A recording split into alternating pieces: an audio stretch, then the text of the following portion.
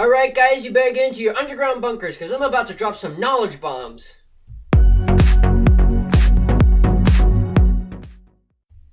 Okay, so I know this isn't how I usually do my videos, but I figured let's give this a shot. I thought for this kind of information, this format would work. Now maybe I'm terribly mistaken and this goes horrifically wrong, it crashes and burns, and I never ever do this kind of video again. Now hoping it goes just a little bit better than that, just a tad bit better than that, but we'll see how this ends up. A few disclaimers before I actually begin though. First of all, I am not a great artist. I am not going to be able to sketch photorealistic portraits. I am not going to be able to paint over the hillside realistic pictures. I'm just not at that level at this moment. That being said, what you're about to see here is probably going to be drastically worse than what I'm able to usually do. First of all, I am on a computer. That alone is its own weirdness for me. Now, no, there's nothing wrong with drawing on a computer. I'm just not really used to it, so this is very weird. But on top of that, I'm usually not trying to draw this fast while also trying to spew out facts about the thing that I am drawing. Still, I'm not an amazing artist or anything like that, but this is going to be drastically worse, so prepare yourselves. The other disclaimer is that the title of this video doesn't represent every single thing that's going to be in this video. I mean, yes, I am going to tell you about how knowing about the economy can help you stop the shooty boom booms, but not everything in this video is going to be about how knowing that will help you stop the shooty boom booms. But we'll start there. So, you might be wondering, okay, so how does knowing about how the economy works prevent wars? Well, it doesn't prevent every war, obviously, but it would have prevented a lot of wars that happened in the past, especially in the olden times, and it could help prevent a lot of wars going forward that are under the same incentives. So, a lot of the wars fought before, again, especially in the oldie times, was over the land. You know, the rocks, the trees, the birds. I told you this was going to be terrible and it's probably going to get even worse. So you might be like, okay, but I thought that the economy was all about the money, you know, the cheddar cheese. That is not cheese, but you get my point. So you might be like, so what does that have to do with the land? Well, to understand that, you need to understand how, on a very basic level, the economy works. So how does this metaphorical animal work? Well, here, look, this is the economy. Sure, or how I sometimes call it, the econobly. And I totally did that completely intentionally in my past video. So the point of the econobly is to be able to produce goods and services. That's legible, sure. So how does the economy accomplish this task? Well, first things first, we're going to need labor. So you might be like, okay, we need that. But here's the thing. If I put you into a room and say, make me a cell phone, you're going to be like, I can't. I can't just like fathom a cell phone out of nothing. And I'm going to be like, why not? I have the labor. And you're going to be like, well, we need a few things. I'm like, okay, what do you need? And then you go, well, first of all, we're going to need land. Why do these all have to start with the same letters? Okay.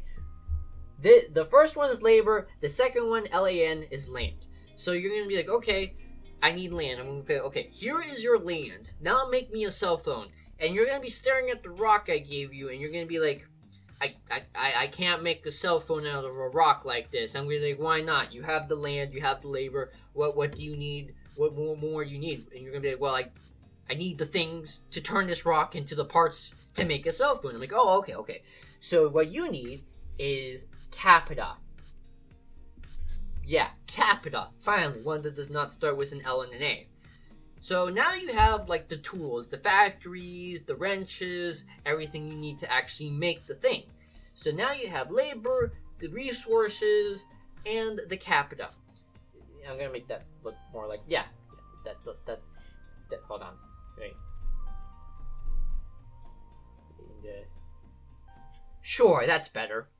So you have these three. Now, depending on who you ask, you can also get entrepreneurship or enterprise, because what this is like people coming in and starting businesses, But you could also argue that that's part of labor, since labor is like what humans can produce, which includes like scientific achievement, basic labor, the ability to make companies. So for the sake of simplicity, we're gonna stick to these three, but know that sometimes enterprise is separated into its own category in case it ever comes up in conversation, because that's what all of the kids are talking about these days.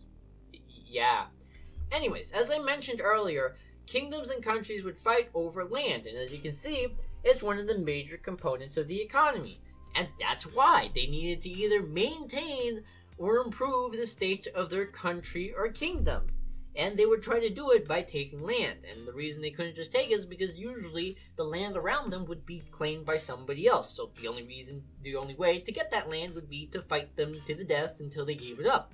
Now, if you're like me, you would like that to stop, or at least be happening as little as humanly possible. And if you want it to happen, please immediately stop watching this video and go seek psychiatric help.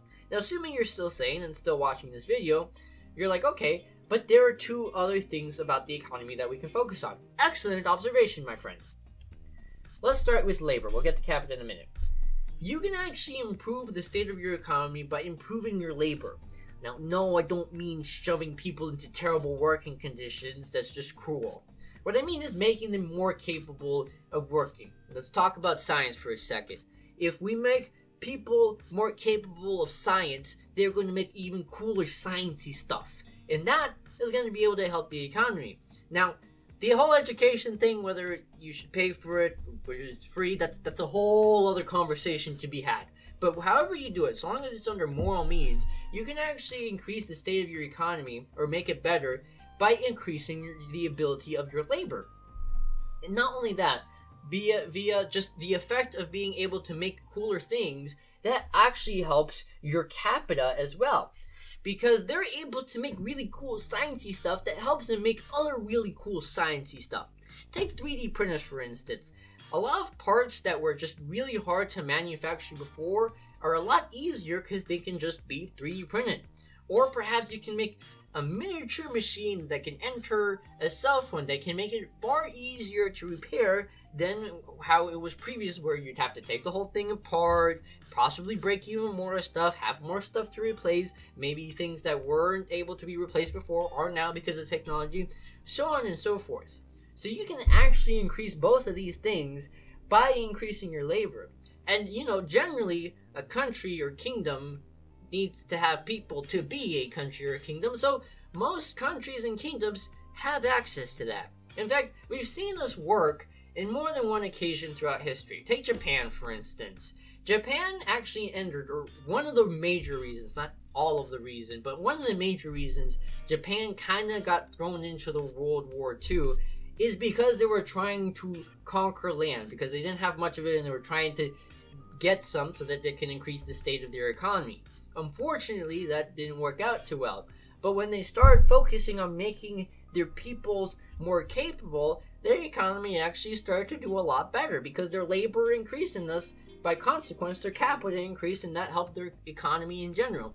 And then I believe that there was another unfortunate economic event that happened, but I don't know too much about that. And that's a whole other thing. But, the history for the World War II and such will be down in the description below if you're interested. Point is that you actually see this happening in the world, in Japan being one of the examples. Now, it's important to note that when I'm talking about land, I'm actually talking about land and resources. So I guess I should put that here, land and the resource. Somehow I made that even less legible than before.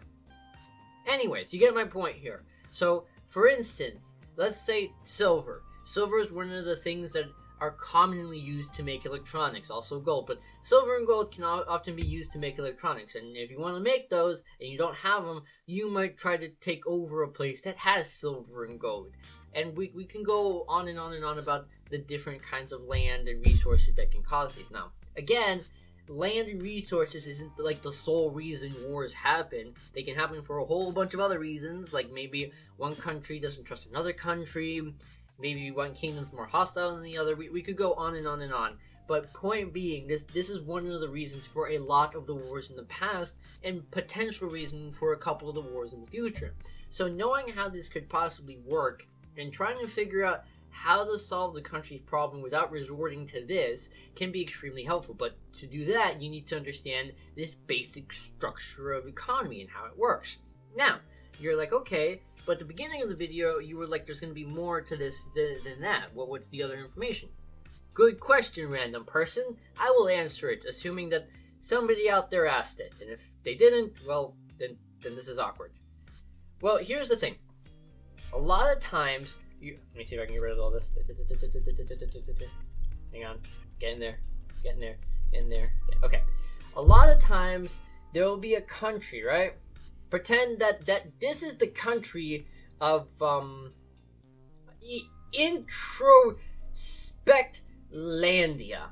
Unfortunately, in Introspectlandia, everybody is super sad. Yes, you get my point here. They're super sad because their economy is not doing great, and because of that, the state of the country is not great. Everybody is having a hard time affording housing. They're living on the streets. If not, they're living out in the dirt. They're trying to survive that way. They can't get access to clean water. That kind of thing. So what happened is that other countries, let's say that this country is called Spectropolis. This is Spectropolis. So Spectropolis will try to give Introspectlandia like medicine and food and stuff to help the peoples here, which is a good thing, right? Giving people help here is a good thing. But here's the problem, is that it's not like a long-term solution. So you can give Introspectlandia food and water and medicine, and giving those things to the Introspectlandians would actually make them like super wow, that's an actually well-drawn heart. I'm actually very proud because I'm pretty sure that's the first well-drawn thing I've done throughout this whole video. Well, anyways, it'd make them super happy, so it'd make less of this. Here's the thing though, after they've eaten the food, used the medicine, and drank all the water, because they need to do that to survive, then we're kind of back to this guy. Sad. So you're like, well, what else is there to do? What? How can we possibly fix this? We can give them food, water, and medicine, but they're just going to use it all up because they need to survive, and then we're back to the same place where we began. Well, let's go back to the original formula. Now, when we're talking about an economy or the state of an economy, there's a lot of different intricate parts that we need to think about, obviously, and I'm not going to solve all of those in a 3-minute section of the entire video. But when we're talking about countries that are small and are like really in a bad place because they can't figure out what to produce, or they can't get enough trading going so that they can actually get a good economy going, when they're like really like on the edge, then we can start looking at, okay, well, what can this economy do?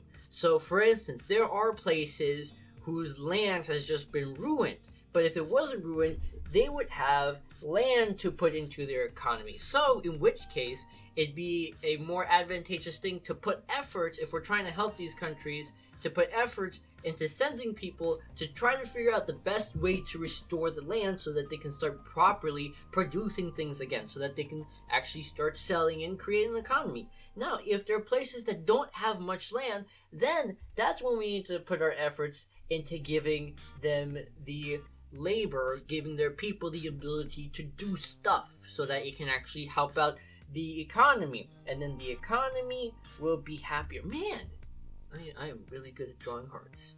Or, I guess that's an overstatement. I am average at drawing hearts. Yeah, still an accomplishment in this video if you've seen the rest of this artwork. Point being, that when we're talking about the extreme of a country that is so far bad that they're not even properly producing anything, then that's when we need to look at now, if they're properly producing something and it's the fact that inflation took over, or it's the fact that they're in a recession because there's something wrong with their banks, then that's a whole other thing. We got to look into how the economy is working. We got to look into which policies we need to introduce because something's wrong with the banks, or what caused the depression in the first place. Those kinds of things would be a whole other thing, which would take like a couple classes of macro and microeconomics. But when we're talking about basic, the country is just having a hard time producing anything, so they can't make goods and services. Therefore, their economy is like not doing great. So the heart looks more like this. Wow, getting really good at these. But the heart looks more like this. Then we can start figuring out. We can start here where we can say, okay, is it the land? Can they use land? Can they use labor? They use capita? Wherever the case may be. Now, again, it gets more complicated when they are producing and there's something else wrong, but that's for another video. Well, guys, I hope that you enjoyed this video. I'm pretty sure I made your eyes hurt with all of this fabulous artwork, but if you are still somehow here, make sure to hit that subscribe. Pretend that this looks like a subscribe button, and make sure you hit that bell icon. You know it's bad, but somehow it's better than the rest of the artwork. To make sure you get updates on my video, I post every other 2 weeks. And before you mention it in the comments, I do know that there are other more capable and even free programs out there. I actually used one to create the channel art on my YouTube channel, but for some reason it just wouldn't cooperate, so I had to use Paint. But hopefully I maybe fix that if I ever do a video like this again. Tell me what you thought about this video down in the comment section below, and until the Sunday after next, hear nothing and listen to all. Bye, guys.